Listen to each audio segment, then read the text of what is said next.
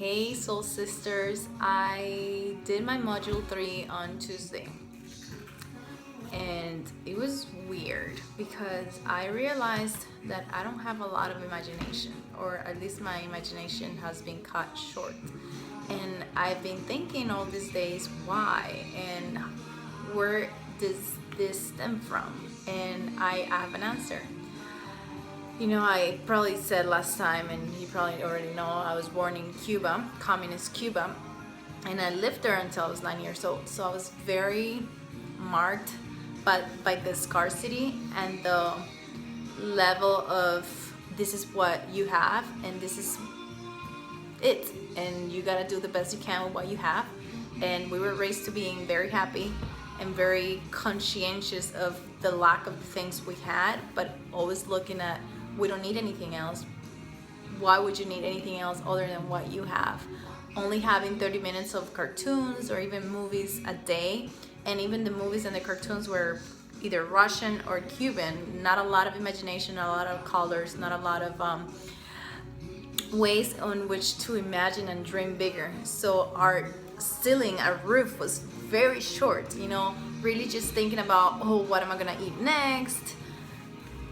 When am I gonna see my grandparents again? Not really just imagining like, oh, what are we doing on the summer, on the winter? Like we never had places where to go or food, what to buy that was different than rice, beans, and eggs, you know. So it really made me grow up settling for whatever I saw outside, settling for whatever came my way, not really knowing that I could manifest, attract, create. And even now that I understand consciously and even subconsciously, my belief system is that I am a manifestor, I'm a creator.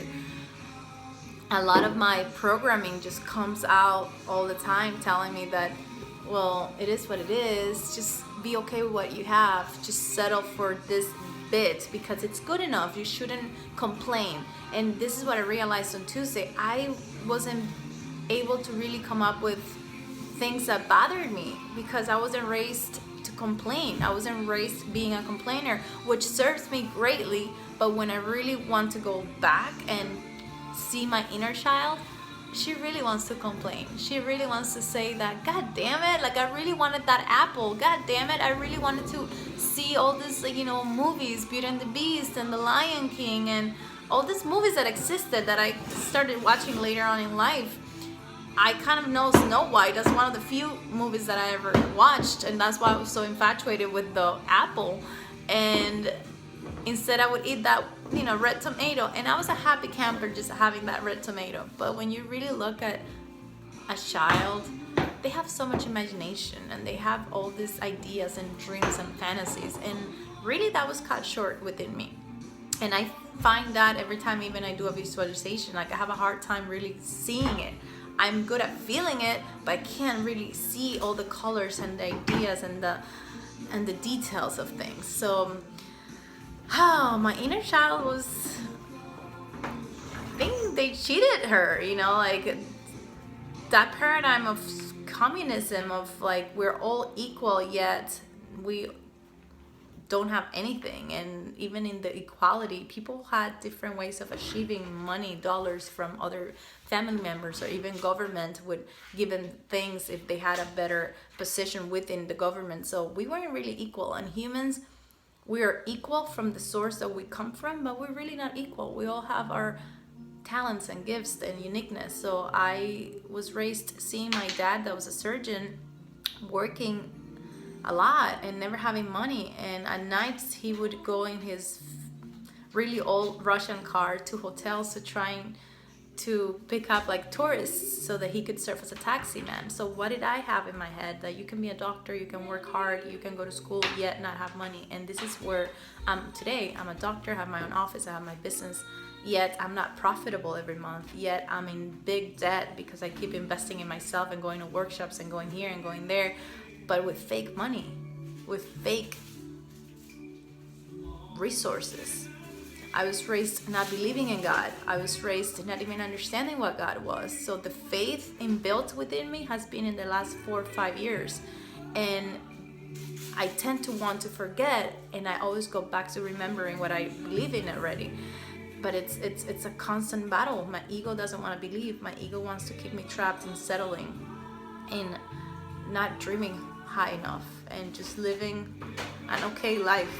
And I've been blessed and my life is great, but I want more, and I don't want to settle. I don't want to be okay settling. I don't want to be okay just getting by like I've always gotten by. I want to thrive. I want to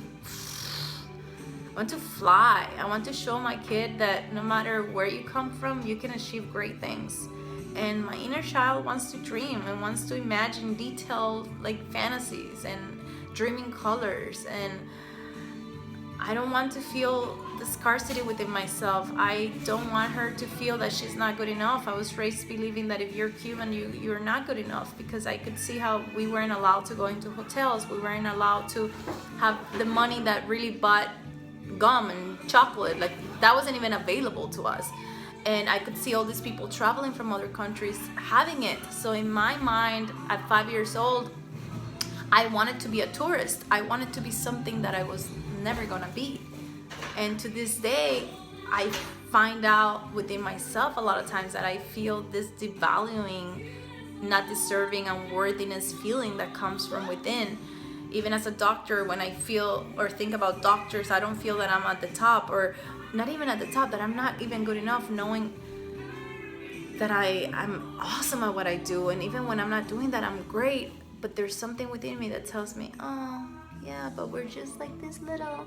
And I don't want to feel little anymore. I want to feel that I'm as big as I could dream, and spend time dreaming and fantasizing for a better, brighter future. So I realized that I devalue myself. I take away the credit and the merit of everything that I have accomplished, or that I don't celebrate big enough. I am good at being grateful, but then I always say, everybody does this. This is normal. We could, we all go to school. Cubans, we all went to school and became someone, yet we never had anything. So I keep saying that's normal, yet when I look at my tangible material reality, I'm like, there's things that are lacking. I'm still in debt. And I feel that it's because I'm still in debt with my spirituality. It's been 4 great years of me going inwards and really tapping and connecting. But I think there's so much more for me to tap into, so that I could become this woman that's not stopped by my programming and conditioning and feeling less just because Cuba told me we were less. So again, this is a little bit of a rant, but it's my inner child just saying, I want to dream, and I want to feel like I'm in a movie, and I want to fantasize, and I don't want to feel that there is not enough and I have to settle for what I see, because what you see is what you get. We know better. I know better.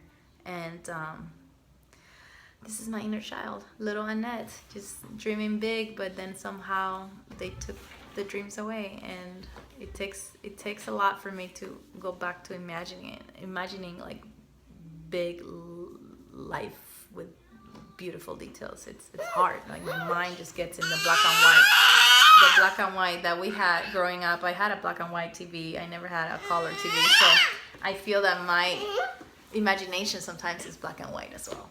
Isn't that crazy? Anyway, girls, I love you. See you later. Say bye.